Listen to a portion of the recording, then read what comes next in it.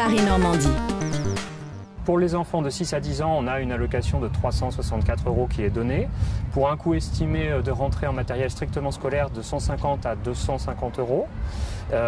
Pour les lycéens, donc la troisième tranche, on a 394 € d'accordé. C'est cette prime qui tombe toujours fin août et qui, pour de très nombreuses familles, est le moyen d'acheter réellement les fournitures. Pour un lycéen, on est sur plutôt un coût estimé entre 400, voire 600 ou 700 € pour les filières professionnelles et technologiques, où il y a un outillage très précis à avoir et qui rajoute donc des coûts. L'autre problème, c'est que cette aide n'est donnée que jusqu'à 18 ans, quel que soit le statut de l'élève à 18 ans.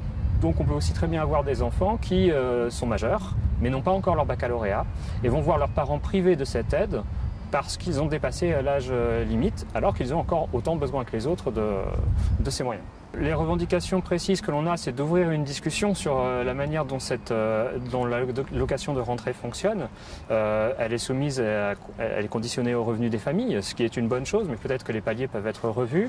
Et elle est trop peu ventilée par rapport au coût réel, comme j'ai essayé de vous le démontrer. Donc il faudrait la faire évoluer ici. On a très maigrement obtenu une revalorisation de 0,3% de l'aide à la rentrée scolaire. Quand on sait que dans le même temps, l'augmentation des prix de la vie courante ont augmenté de 0,7%. Cette augmentation ne couvre même pas l'augmentation des prix de la vie courante. Et si on se concentre spécifiquement sur les budgets d'équipement des enfants, on est sur une augmentation de 1,5 à 5%, donc qui est très très loin de ce qui a été accordé.